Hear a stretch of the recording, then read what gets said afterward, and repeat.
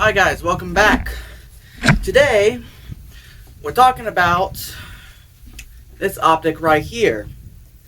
This optic was sent to me by Texas Precision Optics. It's the Sniper Optics, and they don't really have a real model number for it. They just call it their Sniper SVD 3x9.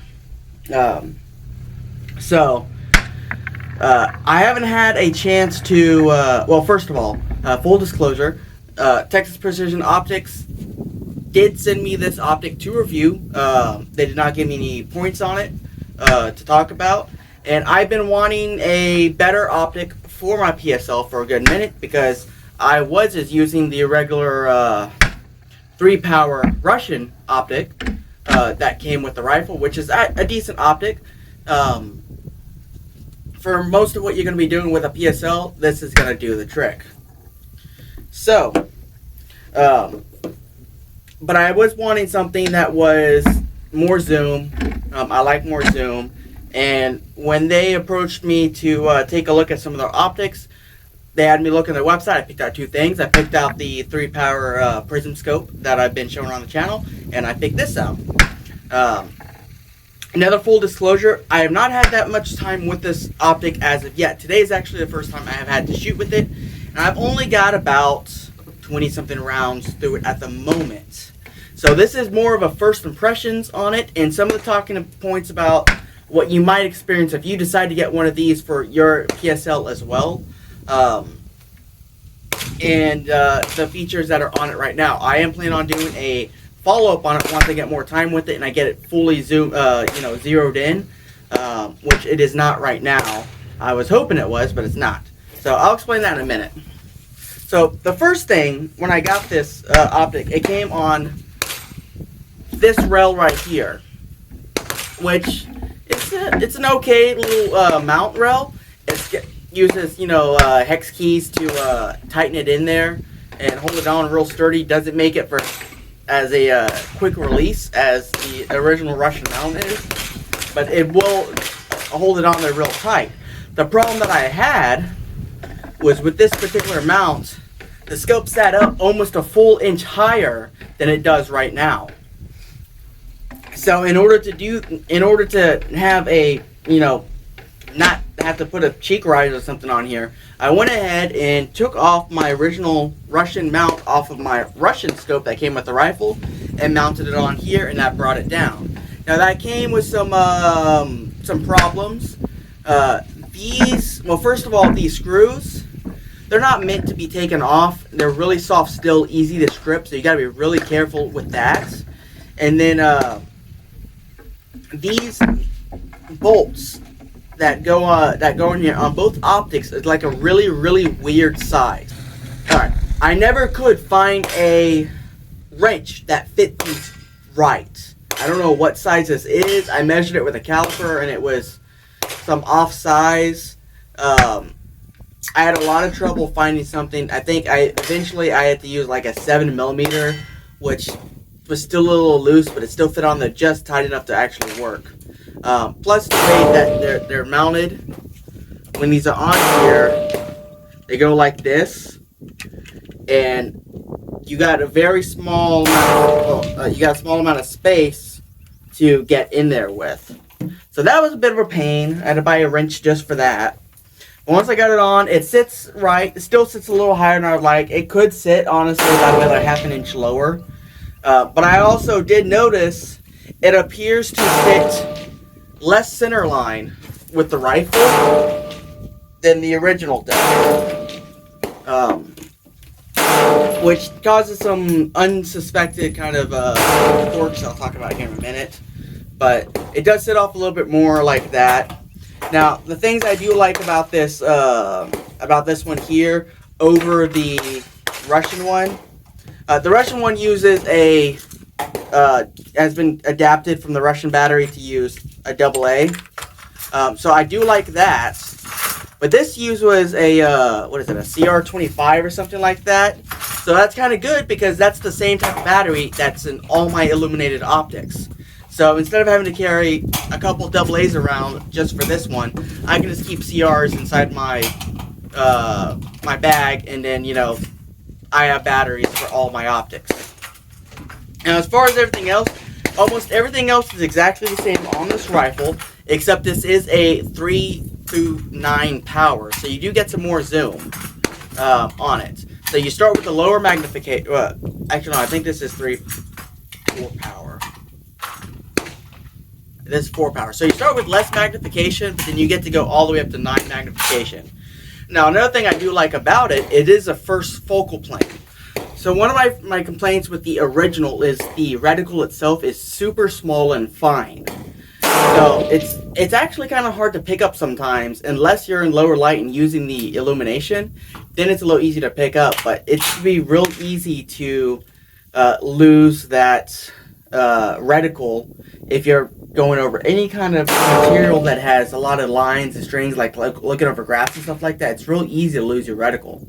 Now with the first focal plane, when you zoom in all the way to 9 power, it actually blows up the reticle.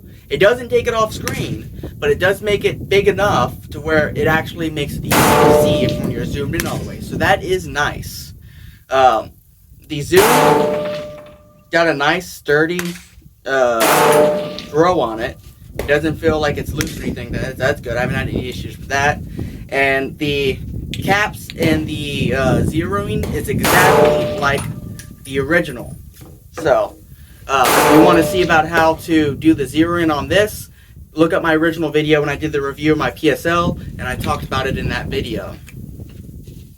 Now, when I had last night, like I do with all my optics, I went to a location that I'm able to laser bore sight the rifle in at 119 yards. And I do that way when I come to the range. Usually I have a limited ammo budget. I'm on paper already, and I don't have to worry so much about losing, spending so much ammunition to get on target. So I went last night. I had laser bore sighted this optic in to be right on the dot at 119 yards. Well, I wasn't able to get the 100-yard range first thing, so I decided to take this over to the 200-yard range, and I set up my still, and I was trying to take some shots at 200 yards. Well, to my dismay, on my first shots, I was like 8 feet left of the reticle. Elevation seemed good, but I was 8 feet left. Which, I mean, I guess that can happen. I do have to take this optic off in order to put the rifle in there, but these do hold zero pretty good when you re-zero when you put them back on. So I was a little dismayed with that, and I wasn't able to hit the still, and I wasn't, because where I was aiming the still at, I had grass behind it, so I wasn't able to really tell where my hits were. And I only brought about 20 rounds to really, mess with the scope and see how it handles on the shooting and stuff like that. So I wasn't able to get it zeroed in or make any hits with it at 200 yards. I got a couple that were close. I got a couple it looks like I went through the wood on my target, but not quite there. So it is going to get a revisit when I have enough ammo to properly zero this. I wish I would have been able to get the 100-yard and just start at 100-yard and then walk it in. But, it is what it is. As far as the glass goes, it's pretty clear. About the same as the Russian. Now, these are Chinese made, I believe. So, there's that. And I've seen these before on eBay and stuff like that. And I've been thinking about getting one. And there are some higher magnification original Russian optics that you can get. Right now, this one here runs at $239.99. I can't say if that's a value yet until I, get it zoomed in and see how it handles some multiple rounds. I am currently working on an ammo sponsorship, a couple of them actually. So if I can get an ammo sponsorship where I can get more ammo, where I can come and take my time actually blasting with this thing and getting it, really sighted in, then I'll know a little bit more about whether it's really worth that value or not. So I'm going to give this one a little bit more of a chance. But so far, first impressions, as far as the build quality and stuff like that, on par with the Russian. As you can see, they very, very similarly copy the Russian. This section right here, where all the turrets and stuff is absolutely identical. But you see they made the changes where they had to in order to add the zoom. So a lot of your magnification's going on right here. And about everything else is about the same. So it's got a thick powder coat on it, just like the original Russian one does. So I'm happy with it so far. I want to get it zeroed in to really see how it holds zero and how good it can be used. I may be using this one to take deer this year. I really want to shoot a deer with my PSL this year, but I'm not going to even try unless I know I have an optic I can rely on. And to be honest, even with these Russian optics, my biggest thing I don't like is the offset. I really like directly center over the bore line. So if I do, I might be doing an AK rail and an optic on top of that. We'll have to see. It all depends on whether or not I can get an ammo sponsor so I can really put some time into with this rifle. As of right now, I still only have probably 200 rounds to this rifle so far. But now I do got it running reliably, so I don't have to worry so much about that. It's just, getting it sighted in. But you're going to see this one here on a follow-up, hopefully here in about a month or so when I get some more ammo to run through this rifle and take a little bit more time with it. Keep an eye out. If you have any questions about this one, particularly below, go ahead and comment down in the section. I'll answer what I can. And be sure to like, subscribe, and I'll see y'all guys next time.